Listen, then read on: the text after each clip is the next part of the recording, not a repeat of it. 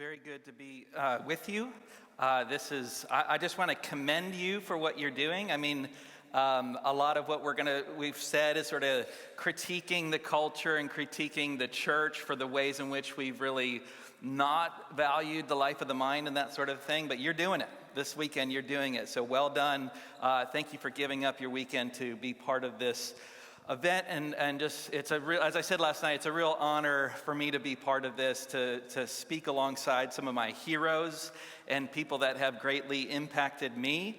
I think last night as JP was talking, I kept feeling like, man, why is he ripping off all my stuff? He's ripping off all my material. But I realized I've probably been ripping him off, and I just forgot that was his material. So that will probably be apparent, especially in my second talk this morning that I'll do, where I talk about doubt and just how to work through that and how to ask big questions and how to really press into knowing and loving God with our minds. I just want to really briefly just let you know about some of the book options that are in the back there.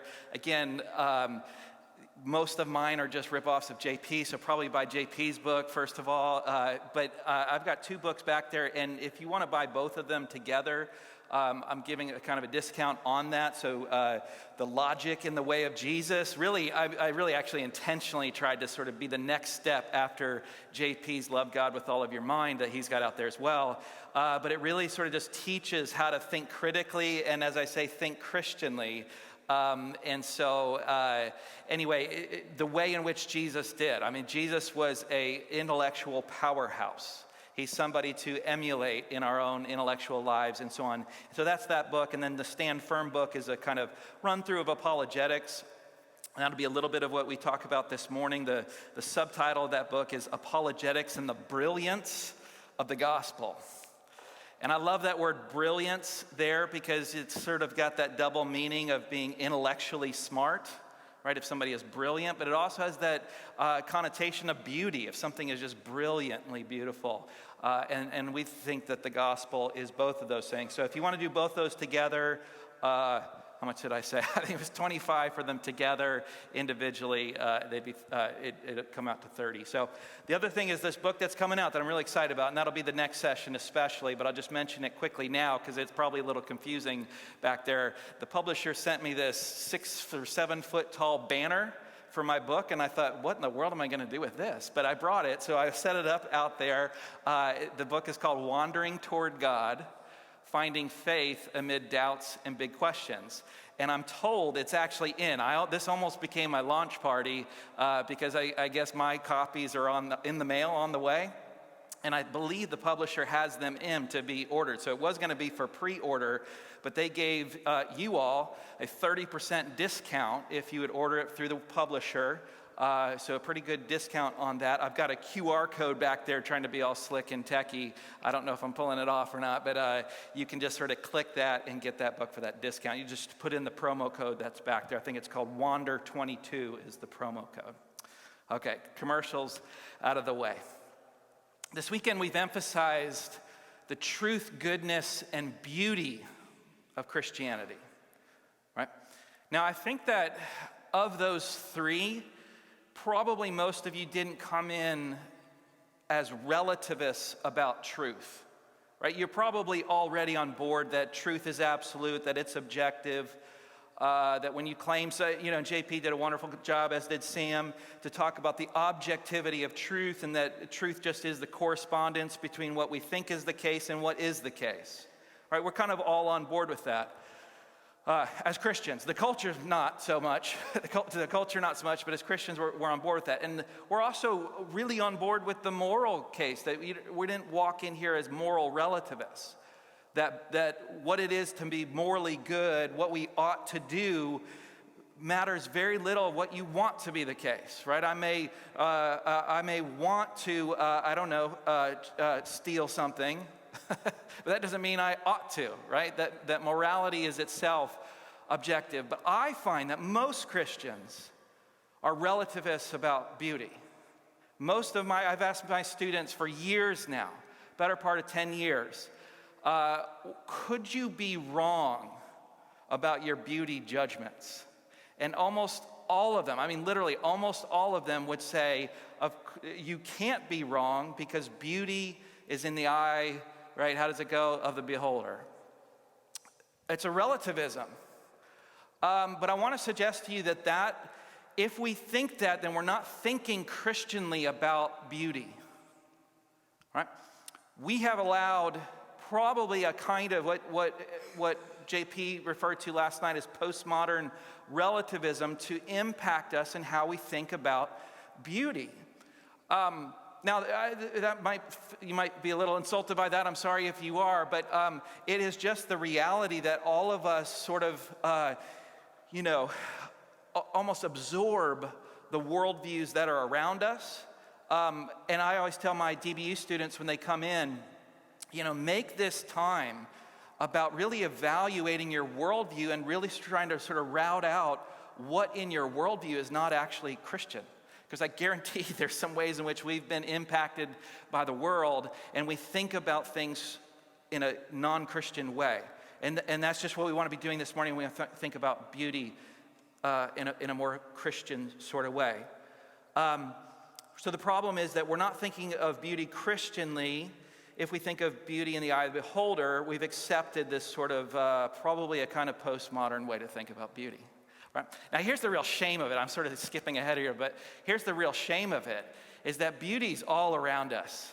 I mean, all around us. Our world is a beautiful, beautiful world, and what that should be doing is driving us to worship God and know God in a deep sort of way. But if beauty is in the eye of the beholder, then that doesn't happen. Right? That's not going to happen. So I've got 4 claims to make to you this morning. The first is that beauty is an objective feature of the world. Beauty is not in the eye of the beholder, but the first claim is that beauty is an objective feature in the world. And my second claim is this, that, and this will probably be the more, I was going to say controversial. I don't know if controversial is the right word here, but not everybody's going to buy what I'm going to say here, the second one, but I think that beauty is best understood as a property of artistry, right? Beauty involves an artist, and artwork, and creative expression. So that's my second claim that I'll make. And thirdly, that the beauty of the universe, therefore, implies a divine artist, right? It implies divine artistry. The beauty of the universe implies divine artistry. And then the fourth claim is the whole point of that is to compel us to worship and love and know God.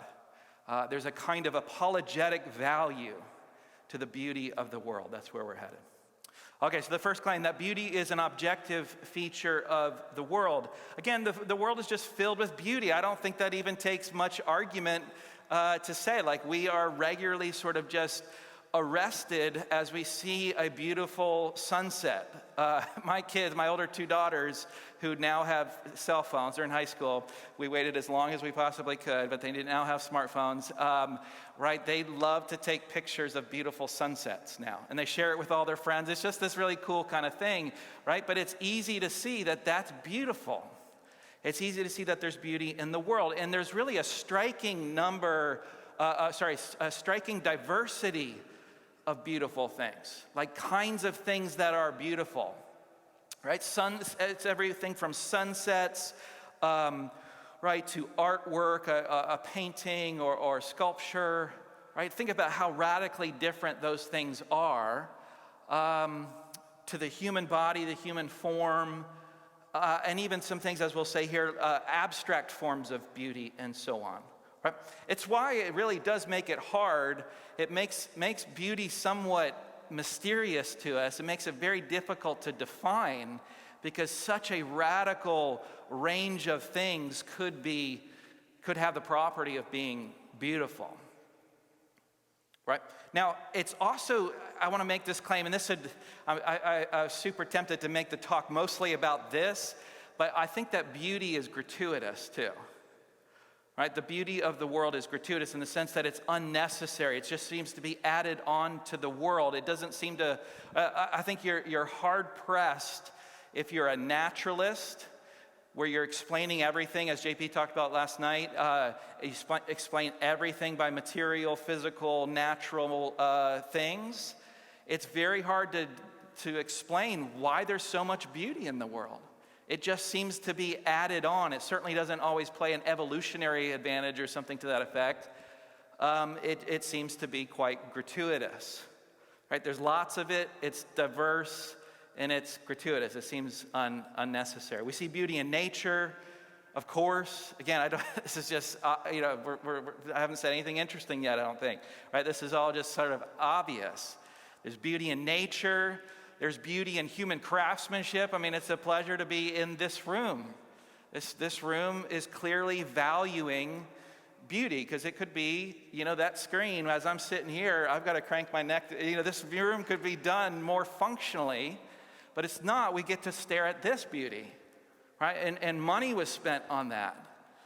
We see beauty in human craftsmanship. DBU is actually a very beautiful and striking campus. It's a pleasure to be there.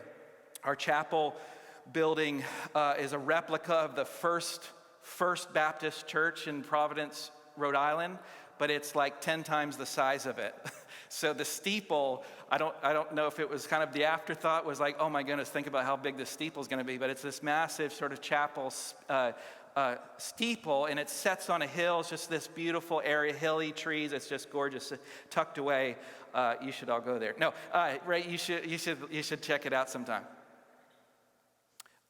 We see it in human craftsmanship. We also, I think, and again, I'm not going to be able to say a lot about this, but I think we see beauty in personal character, right? Have you ever met that person? I'm sure we all have met that person where we just think that is a beautiful person.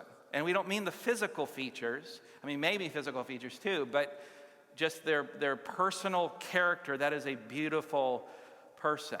And then abstract forms of beauty, things like mathematical elegance.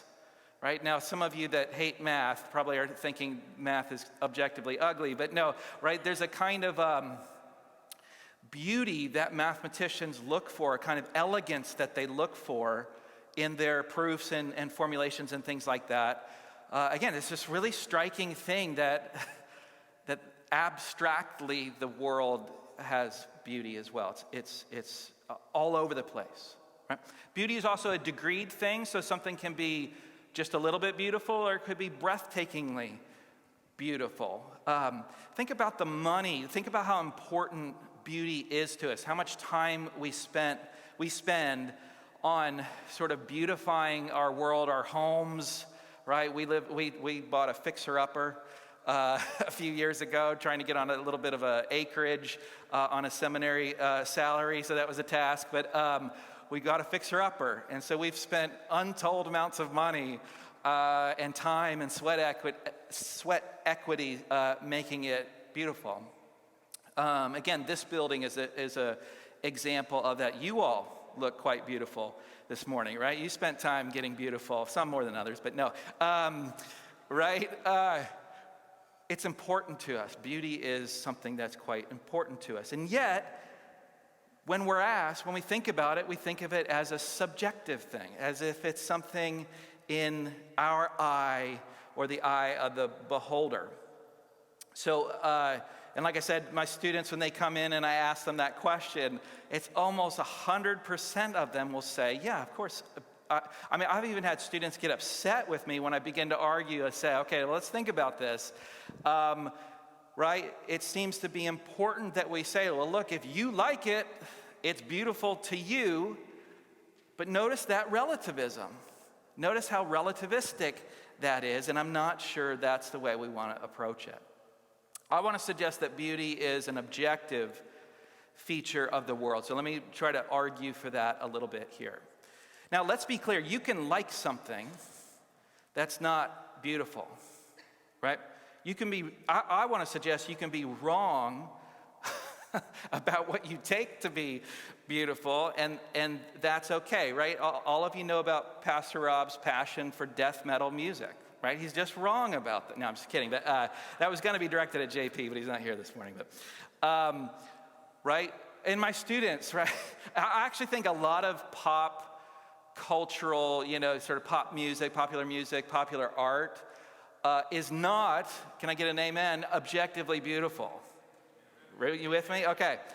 But you can like it, and that's okay. You can have your tastes, You can have what you think is beautiful, but you just might be wrong about that. And again, you might not even think it's beautiful, but you just like it, and that's okay. That's entirely okay. There's a lot of disagreement about beauty. I'll make this point again in a second, but there's a lot of disagreement about beauty. But of course, just because there's disagreement, it doesn't follow that there's no fact of the matter.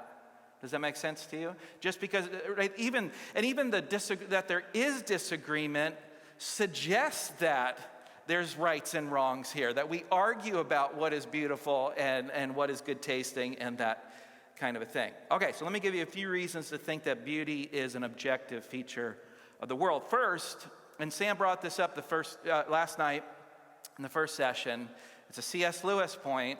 It is that when we make our claims of beauty, it surely seems like we're talking about the object and not our own feelings. Does that make sense to you? So when I say that the sunset's beautiful, it sure sounds like I'm talking about the sunset and not my own experience of it. So just a sort of natural language understanding of it, I think that it sure sounds like we're describing, and I would suggest we are describing the objects and not our subjective experience of it, right? Because we can be wrong about that. I know that it's happened. I wish, I didn't look for this. I had half a thought to see if YouTube captured it. But I'm just sure that at some point, somewhere, I can just imagine a kid standing before a masterpiece of art.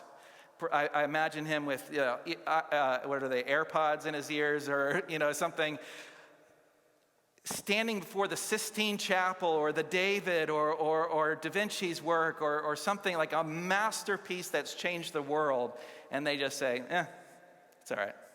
That's cool. That's all right. And walk away, right? That's happened. Now, something's wrong with that kid.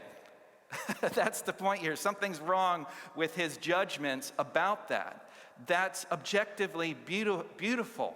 It's aimed at that. It's objectively beautiful. Roger Scruton says this. He says, the judgment of taste is about the beautiful object, not about the subject's state of mind. Right? When I claim something is beautiful, I'm not just describing my state of mind, I'm describing that object. He says, in describing an object as beautiful, I'm describing it and not me. The second thing to say of why beauty is objective feature of the world is that there's a whole lot of agreement. Like, as I said, there's lots of disagreement, but man, let's just consider the agreement that there is. Right? Again, it leads us to say the kid that's standing before the Sistine Chapel rolls his eyes and says, cool, and walks out. There's something wrong with him. Right? There's something wrong with my own kids at time, right? When we try to display something beautiful to them and they just haven't cultivated the taste for it. When they were a certain age, it was pretty much chicken nuggets, plain cheeseburgers, and cereal. That was the extent of their palate, right? Everything else was gross. Now, as they get a little older and it's sort of they've extended that palate to like burritos and tacos, and so we're very thankful for all that. But right, the point is that it's not that beauty, it's not that those objects have changed, it's that we have changed in our cultivation of our tastes. We can appreciate beauty where we find it as we cultivate that in us. That's the point. It's an objective thing. So we want to be careful to say that there's lots and lots of agreement about what is beautiful and what is ugly. All right, are there really any doubts about the beauty of a sunset? I got to do college in Alaska. I grew up in New Jersey but wanted to get out of the house. So I went to college in Alaska. And there were a few times to see in a winter night sky, usually quite cold out, which added to the experience of it, where the northern lights are just dancing. And it's just, if you dare stop looking at it for a second, you look around and just see people gazing up at the sky, right? It's arresting, this sort of beauty. Nobody thinks, uninteresting, hopefully, right? Or a vibrant array of colors and fields of flower. There's just a beauty everywhere, and there's lots of agreement about what those are. And I tried to think of what would be the ugliest things of our world. right? And I think a pile of scrap metal, that kind of came to mind. Like, nobody thinks that that's beautiful, I think. Or a pile, I mean, not to get too graphic, but a pile of like mangled bodies. Like if you've seen the photos from the Nazi concentration camps and those sorts of things. Like, that's just objectively ugly. And nobody, and if you find that beautiful, there's something wrong with you. You're wrong about that, right? Because beauty is objective. So what really helps to disentangle this is to make a distinction between things that are beautiful and our tastes, our judgments. And I even think it's okay, right? Pastor Rob's love of death metal, right? Or my kids' love of the music they listen to at times. It's okay that they like some things that are not objectively beautiful. I don't actually think most pop art is aiming at beauty, right? Especially the Justin Biebers and the Harry Styles of the world. I think they're aiming at popularity. They're aiming at fame. They're aiming at sales. They're not aiming at beauty. And that's why there'll be a flash in the pan. There'll be a flash in the pan in terms of their popularity, right? They'll move into because I think of all the people that were popular when I was young, my kids don't even know their names, right? It's a matter of years and they're out of here. There's the taste, and then there's what is objectively beautiful. And hey, it's okay. Like, let's say Pastor Rob wants to work out and he gets really pumped up by his death metal. That's okay. I think as far as it goes, there's nothing wrong with that, but we should just recognize that style of music, I don't even really know what death metal is, but right, that style of music is not aiming at beauty, and that's okay. Okay. Tastes are obviously subjective. And I think that's the confusion, is we're confusing our tastes, our desires for things, with what is actually beautiful. Okay. We can recognize something as beautiful even if we know we haven't. Like, there's certain things that I know, like I'm not a big classical music guy, but I kind of think I should be.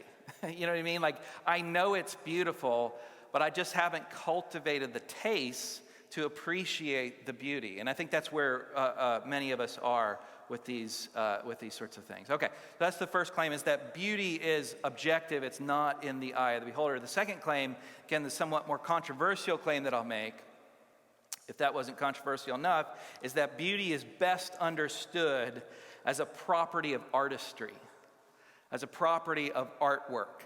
I think if we're talking about beauty, then there's an artist in mind. And I want to make that claim. That might sound a little bit implausible at first, but let me try to make that claim. So I come from a family of artists. The talent skipped me almost entirely, but that's okay. My mom is a portrait artist in Denver, Colorado.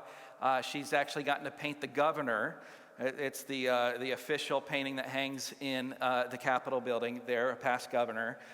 She's amazingly talented. My brother is an art professor at Azusa Pacific. Now, he does more abstract art, but let's be forgiving. No, let's be patient here, right? So I've thought a lot about art, though. And what I think art just is the creative expression. We use art to say something, but it's really quite extraordinary because it's not typically in propositional form. Right, there's not like a specific idea. And again, with my brother's abstract art, he's actually more talented in a way than my mom is. Like, he can capture people if he's doing representational stuff, even better. He went to Yale, and he's just very, very talented. But he, I promise you, is saying something, even though when you look at it, and when I look at it, if I'm honest, I have no idea what he's saying. But he is saying something. That's what art just is. But it's not just saying like a propositional thing. It's often conveying, you with me? Conveying feelings and desires and sort of giving people a kind of experience, but it's always for a point. Even if we can't, again, many of us are not attuned to what the artwork is supposed to be saying, but that doesn't mean it's not saying something.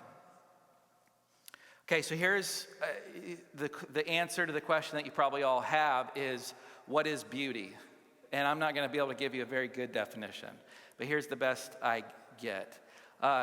Beauty is when an object appropriately conveys a sense of awe. Beauty is when an object appropriately conveys, and that's where it's sort of a questionable move there, because the next question is, well, what is it to be appropriate? But I'm just trying to say something is beautiful when it appropriately conveys in us a sense of awe, right? We are captivated by it. We got to stare at it. We just got to take it in. We're in awe and wonder about that object, right? That's why I say much of today's art is not trying to do that. It's trying to do something else. And so sometimes when we see these modern art pieces and we think, okay, is that even really art? Well, I think it's art because it's the artist trying to say something. We just have we may have no idea what that person is trying to say. And oftentimes it's not aimed at beauty. Right, so there are many art pieces that I could point at to say this, but if you know John Cage's 4 minutes and 33 seconds, if you don't know this, don't worry about it. You don't need to Google it. You could if you want to. You'll see it on YouTube. But what John Cage's 4 minutes and 33 seconds is they get the whole orchestra together. The conductor taps it out, and then they don't play anything for 4 minutes and 33 seconds. So it's 4 minutes and 33 seconds of no musical instruments. That's the song. And what's it supposed to be saying? Well, you hear rustling in the background, you hear the audience, somebody coughs, and that's supposed to be the song, right? And that's, to me, mildly interesting. It's really, okay, that's kind of, okay. But flash in the pan, right? That's kind of, to me, is it changed the world? No, not really. Is it aiming at beauty? I don't think it is. Or the other one that I like to talk with students about, and I've got to not say the title literally in church, in a church building, right? Or I'll get run out of here. But if I could say it as this, it's called artist's poo, right? And it's a can, and I'll let your imagination fill in the details there. And that's the art piece. Right? And people say, that's not art. I don't care what you say, that's not art. But I think it is art. It's trying to say something. Is it interesting? To me, not that interesting. Is it aiming at beauty? Definitely not. You don't look at that artist's can of poo and be brought to a place of awe and wonder, I don't think. Maybe it's interesting in some sense, but I don't think so even. Right? It's art, but it's not beautiful art. The art, and it's going to be a flash in the pan, I think. It's going to be something that's here today, gone tomorrow kind of thing. We're not going to talk about it forever.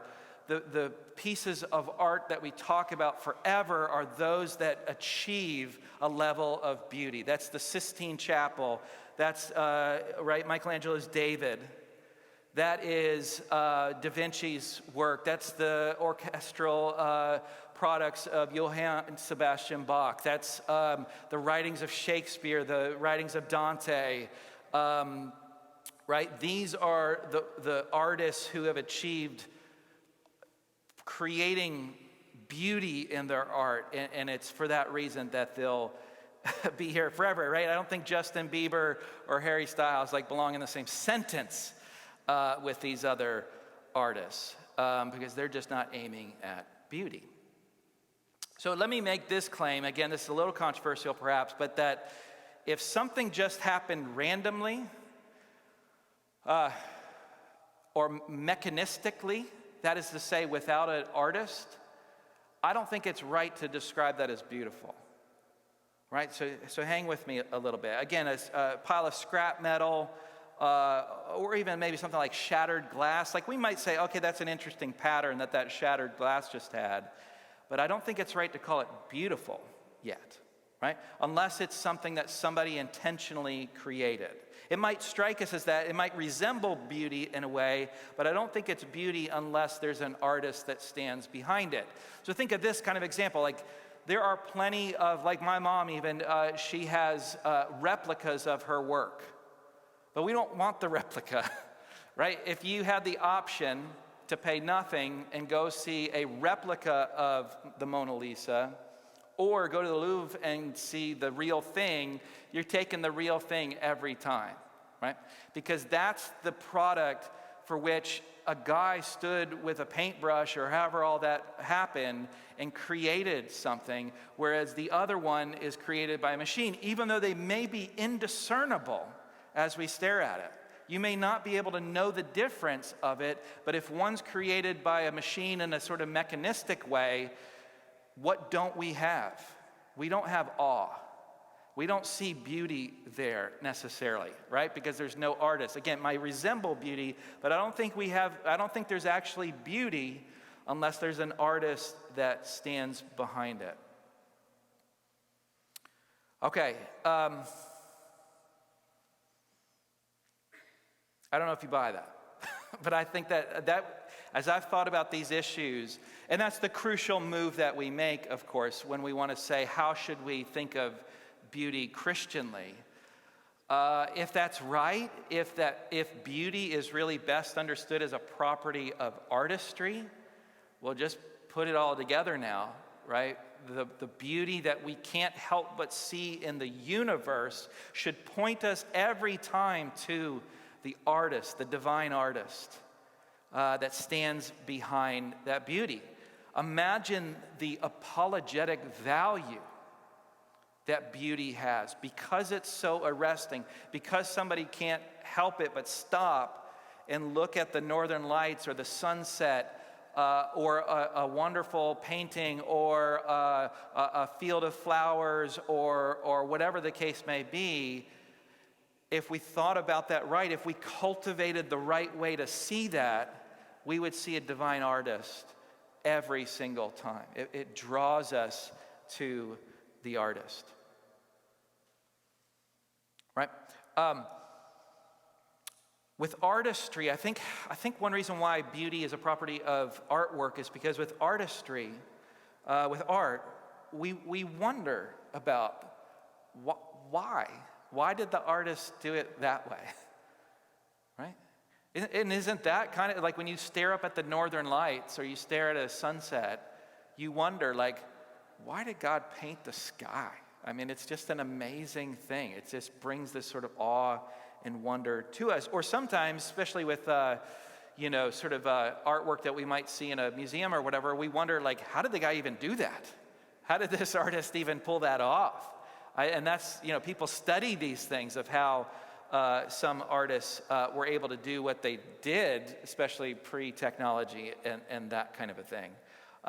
We're filled with awe precisely because there's an artist that made choices and in his or her power brought something to be. Okay, so that's the second one, that beauty is best understood as a property of artistry. The third claim that I'm going to make is that the beauty of the universe, right, here it comes, implies a divine artist. The beauty of the universe implies a divine artist. King David said it this way, Psalm 19, that the heavens declare the glory of God. It declares the glory of God. That word glory there has the connotation of being beautiful, the beauty of God. Some translations put it as beauty of God, if I'm not mistaken. The skies proclaim the work of his hands, right? Artwork says something, right? Again, it's not necessarily propositional. When you look up at the heavens, when you look up at the skies, I don't know that you're pulling out propositions or claims as much as this understanding, this grasping of the beauty and the power and the majesty of God. It says something. The skies, David says, proclaim the work of his hands. Verse 2, day after day they pour forth speech. Night after night they reveal knowledge, notice. We talked about knowledge last night. But then David says they have no speech. They use no words. No sound is heard from them. Right? That's again this sort of, it's speech, but in this sort of non-propositional form. It's telling us something. God is saying something to us, just using no words. He's using the beauty and the grandeur of the universe to speak to us. Verse 4, yet their voice goes out into all the earth, their words to the ends of the world, right? From one vantage point, this is incoherent. There's words and no words, but we kind of get it when we understand what we're talking about. We kind of get it when we understand that we're talking about beauty and the way that beauty speaks to us, just not with words, right? Brings us to a certain spot. The world we live in is filled with beauty again, right? And it's beauty unlike any human creation. I don't care how good the David is, it's not as amazing as any one of the human bodies in this room. Right? The creation of God, a creation of a human person in the image of God, the infinite value we share by bearing the image of God is an absolutely beautiful thing. Whenever I get in front of teenagers, because so many teenagers struggle with their own value, I want them to see, I want them to feel that they are a beautiful creation of God precisely because they are created and bear God's image and are of infinite value for that reason precisely, right? The beauty of the world implies a divine artist. The beauty of the universe, unlike anything else. Like you can be kind of blown away by a painting. You can be blown away by this room, but it's not like the sunset. It's not like the beauty of the world. That brings us to a place of awe. Some of you that go to this church have maybe just grown used to seeing this room, right? When I walked in, it was like, whoa, this is awesome, right? But you can grow used to this, but do we ever grow used to the beautiful sunsets and the view out of a telescope or the view of a microscope, if you've had the privilege to see some of these things? The beauty, the awe, it's like unlike anything else. But we need to make sure we've cultivated the taste. We need to make sure that we appropriately see what stands behind that. Who stands behind that, right? The shame of it is that so many people stand in awe of the creation and don't realize there's a creator that stands behind it, that is responsible for it. Our awe is really owed to him. So here's the argument from beauty. Premise one, beauty implies an artist. Beauty implies an artist. Premise two, there's of course exquisite beauty in the universe. There's exquisite beauty in the universe, so therefore, the conclusion, the beauty of the universe implies a divine artist. Or you could just say, the beauty of the universe shows us that God exists. Right? It is a sign. Now, is it a deniable sign? Yeah, of course it is. People can deny it. People cannot have their tastes cultivated to see it. I would suggest my students that think that beauty's in the eye of the beholder have not cultivated their taste to be able to see the beauty in the universe and know that it's objectively beautiful and therefore points to an objectively beautiful God, creating God. Right? It's easy to be blown away by what we see in the universe, but what's really important is that we would get the message. We would have our ears and our eyes attuned to the message, that we would see that the heavens are declaring the glory of God, right? Hear that message. And then the fourth and final point that we'll talk about is that what's the point of all this? The point is to compel us to worship. In a way, I've heard others say this. In a way, the beauty of the universe is for God to show us that he cares about us. Right? Remember, we made the claim that the beauty of the universe is largely gratuitous. It sort of serves no purpose from a naturalistic, atheistic perspective. But from a Christian perspective, it's God saying he loves you. It's God saying that he cares about you. It's God saying that, right, he's there and he's brought about this world to remind you of his love all the time. Right?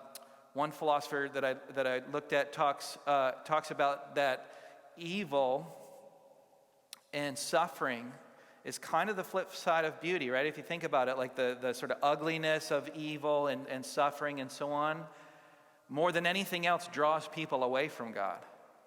I think that's right. When people, just as a matter of fact, that when people see the ugliness of the world and the ways in which we treat people at times and the brutality that's out there, people begin to seem like this is a godless world. And I kind of get that. You can kind of get so focused on that. But the antidote is to see the beauty of the world. The flip side of it is to see the beauty of the world. What the beauty of the world does is it draws us to see the goodness and the greatness of God, and that he's there and that he loves us, right? Now, there's a really natural connection between beauty that conveys to us the sense of awe and worship, right? The natural sort of progression is that we would worship as a result of being in awe. Now, this might sound a little bit off to you, but if we understand worship as in its literal sense of just ascribing worth to someone or something, it's not right. That's okay that we stand in front of the Sistine Chapel with the frescoes and the ceiling and the front, and it's just captivating. And there's a sense that we would worship, right? At least ascribe worth to that person that had the ability to bring that about. But just again, blow that up to God's size, right? When we see the northern lights, or we see the sunset, or we see the field of flowers, or so on, the appropriate, why is that there? It's so that we would be moved to worship God, that we would be led to worship him. I also think this, that there's a lot of things that, right, you might be wondering, why are we talking about truth, goodness, and beauty? Well, it's because there's a lot of things that we know are true, but we don't care. Right? We all know we should eat healthy. We know that's true. We know we should exercise regularly. This was convicting for me a little bit, by the way, in preparing this. But right, we know those things, but we don't do anything about it. Right? Maybe that's not a beautiful truth. I don't know, something like that. But I think there are people who perhaps intellectually know that Christianity is true, but they don't do anything about it. Right? Do you know?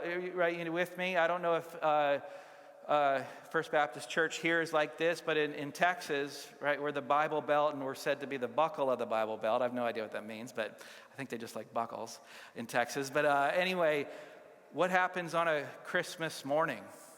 Packed out, right? Church is packed. We got multiple services. What happens on Easter morning? Packed out. And I've never once in an Easter service seen somebody jump up in the back and say, "What do you mean Jesus rose from the dead? I don't believe that. That's not true." I think you get a lot of folks coming that believe intellectually that Christianity is true, right? They're good with the truth bit. And there's a really striking passage, James chapter 2, where James says, right, you believe that God is one? Well, guess what? Even the demons believe.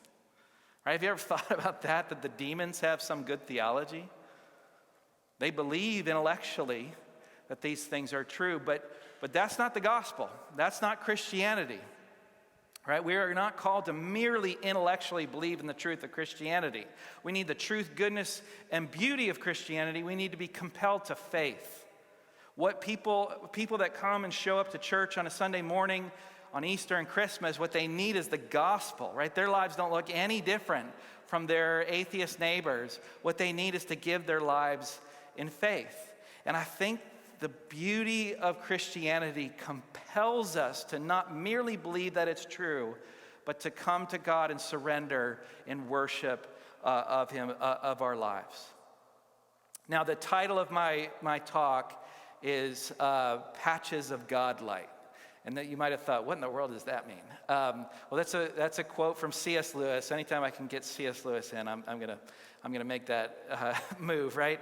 Lewis put it this way. He said, any patch of sunlight in the wood will show you something about the sun, which you could never get from reading the books on astronomy, right? You can go into the science classroom and you'll never get what it's like to experience the sunlight filtering through the woods, right?